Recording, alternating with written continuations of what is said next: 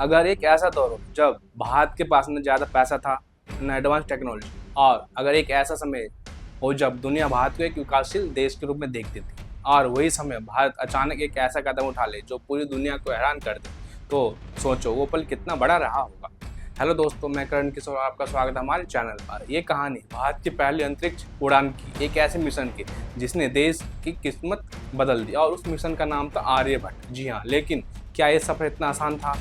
बिल्कुल नहीं। इसके पीछे छुपी है संघर्ष, जीत और जुनून की एक ऐसी कहानी जिसे जानकर आप हैरान रह जाएंगे। सन 1970 का दशक, भारत अभी कई चुनौतियों से जूझ रहा था। गरीबी, सीमित संसाधन और टेक्नोलॉजी की भारी कमी, लेकिन इन सब के बीच एक ऐसा सपना जन्म ले चुका था, जो अंतरिक्ष में जाने का सपना। और इस सपने को हकीकत में बदलने का जिम्मा उठाया भारत के वैज्ञानिकों ने। इसरो यानी इंडियन स्पेस रिसर्च ऑर्गेनाइजेशन, जो उस समय अभी अपने शुरुआती दौर में था। न ज्यादा फंडिंग, न ही बड़े बड़े संसाधन, लेकिन हौसला इतना बड़ा कि दुनिया की बड़ी ताकतों को भी चुनौती देने का जज्बा था।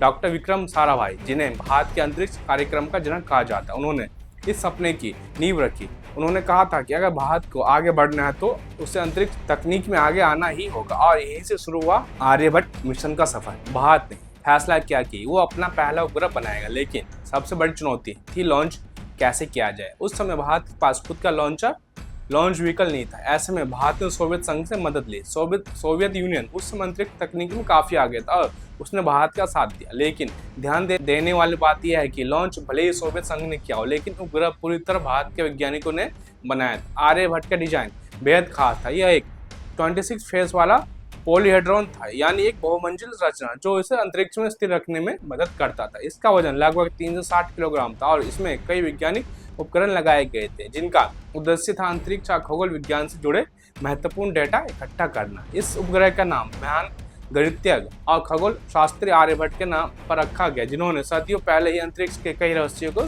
समझ लिया था।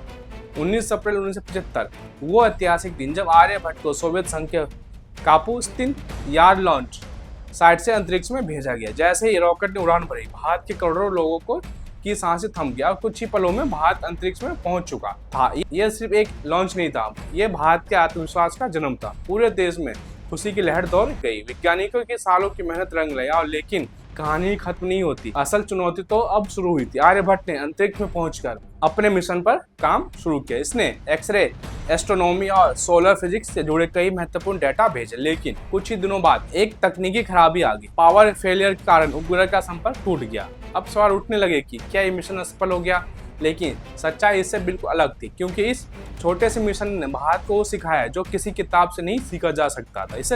इसने भारत को सैटेलाइट डिजाइन, ऑपरेशन और स्पेस टेक्नोलॉजी का वास्तविक अनुभव दिया, और यही अनुभव आगे चलकर भारत की सबसे बड़ी ताकत बना। आर्यभट्ट के बाद भारत रुका नहीं, बल्कि और तेजी से बढ़ा। भास्कर, रोहिणी, इनसेट जैसे कई उपग्रह आए, और फिर भी वो दिन आया जब भारत ने अपना खुद का लॉन्च व्हीकल बना लिया। आज भारत न सिर्फ अपने उपग्रह लॉन्च करता है, बल्कि दुनिया के कई देशों के सैटेलाइट भी लॉन्च करता है। चंद्रयान 1 ने चांद पर पानी की खोज की। मंगलयान ने कम बजट में मंगल तक पहुंचकर पूरी दुनिया को चौंका दिया, और आज गगनयान मिशन के जरिए भारत इंसानों को अंतरिक्ष में भेजने की तैयारी कर रहा है। लेकिन इन सब की शुरुआत कहाँ से हुई? आर्यभट्ट से। अगर उस समय भारत ये कदम नहीं उठाता तो शायद आज हम इस मुकाम पर नहीं होते। आर्यभट्ट सिर्फ एक उपग्रह नहीं था, ये भारत के सपनों की पहली उड़ान थी। इसने साबित कर दिया कि अगर इरादा मजबूत हो तो कोई भी लक्ष्य असंभव नहीं है। तो दोस्तों, अगर अगली बार जब आप भारत किसी स्पेस मिशन की खबर सुने तो याद रखिएगा, उसकी जड़ें 1975 में लॉन्च हुए एक छोटे से उपग्रह में छुपी है,